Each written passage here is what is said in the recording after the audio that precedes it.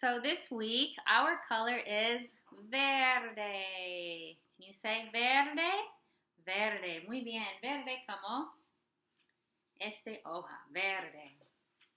And this week, to celebrate verde, we are going to make a smoothie. It's sort of a pina colada smoothie. It's very delicious. But before we make our smoothie, I want to talk about this leaf and what this leaf is. So this leaf is a stinging nettle. In Spanish, we call it ortiga. As you guys probably all know, stinging nettle grows in the forest, and you can harvest it around this time. There's lots of it out there. So you could go out with your family and you could try to find it. I've sent your parents a message about where we found ours, but you can find it in lots of forests right now around Portland. So nettles, or ortiga, is a kind of wild green. One of the ways to say wild green is quelite. Can you say quelite? Quelite. So originally, quelites were the plants that grew in the milpa.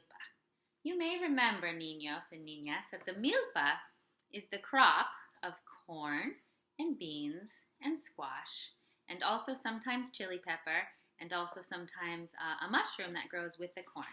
Well, in addition to that, wild greens like to grow all throughout the milpa.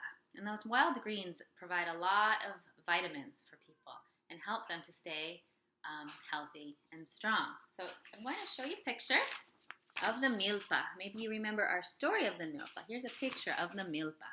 So here we have maíz, or corn. We have chile, or chili pepper. Calabaza, which is squash. The calabaza plant makes a lovely flower, or flor, that people like to eat. Flor de calabaza. We have beans, or frijoles. Here we have the mushroom that grows with the corn. Then all these little other green plants that you see throughout the milpa, those are quelites. And people really like to eat quelites. So I'm going to read you a little story about quelites, and then we will make our smoothie. There once lived a family who had a beautiful green, or verde, piece of land where every year they joined the rest of the village in planting their milpa.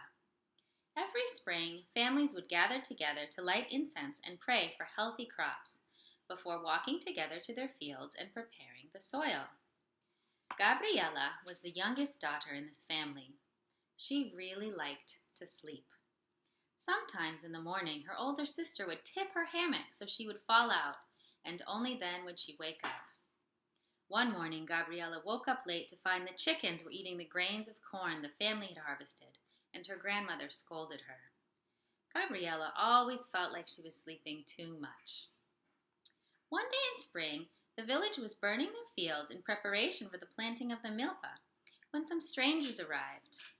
They approached the farmers with bottles of chemicals and told them that if they used these chemicals on their crops, weeds and pests wouldn't damage them anymore.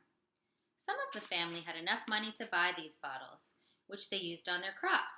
Gabriela's family was one of these. That year, the farmers didn't have to do as much work weeding their crops. However, families had always eaten these weeds in the past with their corn and beans and squash. They weren't really weeds at all. They were quelites, or nutritious greens. That year, they did not eat their quelites. That winter, people started to get sick. Many felt weak and cold. The village began to worry. Gabriela wished she could help, but like always, all she wanted to do was sleep. Nonetheless, one night she lit a candle and prayed that she could do something. That night, she dreamt of a beautiful fairy covered in quelites. She had a great backpack full of quelites and a crown on her head made out of quelites. And the fairy said to Gabriela, "The people need their wild greens to stay healthy and strong." When Gabriela woke up, she shared her dream with the village, and they paid attention. They listened. They noticed that the families who did not put chemicals on their wild greens and continued to eat them were still healthy and strong. So the next year, people did not spray their crops with chemicals. The quelites grew again. The people ate them, and they were healthy and strong again. Colorín colorado, este cuento se ha acabado. So, nettles is not a plant that would grow in the milpa. It's a plant that grows in the forests in Oregon. It also does grow in lots of other parts of the world. However, quelites nowadays can be any wild green. It doesn't have to be a wild green that grows in the corn. It can be any wild green. We have many wild greens all around us in Oregon right now. So, to celebrate our wonderful color, verde, we are going to make our smoothie. So, for this smoothie, we need leche de coco, coconut milk. So this is very heavy coconut milk. Parents, you can also just use boxed coconut milk. That's a little lighter, or you can use rice milk or orange juice or whatever you like. But the coconut milk gives it a really nice, rich flavor. Necesitamos un plátano, una copa de piña. This is pineapple, piña. And we need, here I have some ortiga or nettles, and then I have some spinach too, just so we can make our smoothie nice and verde. Okay, muy bien. So, vamos a echar todo a la licuadora. Leche de coco, piña, plátano,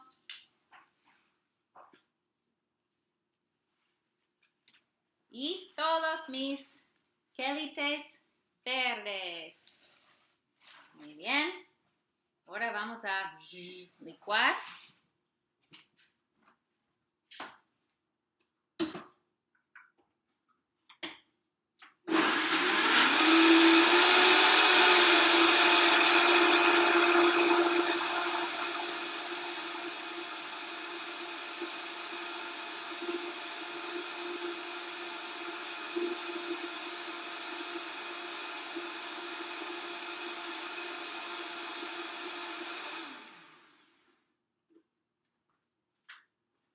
So I forgot to mention, amigos y amigas, the nettle is a stinging nettle, right? So it will sting when you harvest it. So you can use your gloves to harvest it.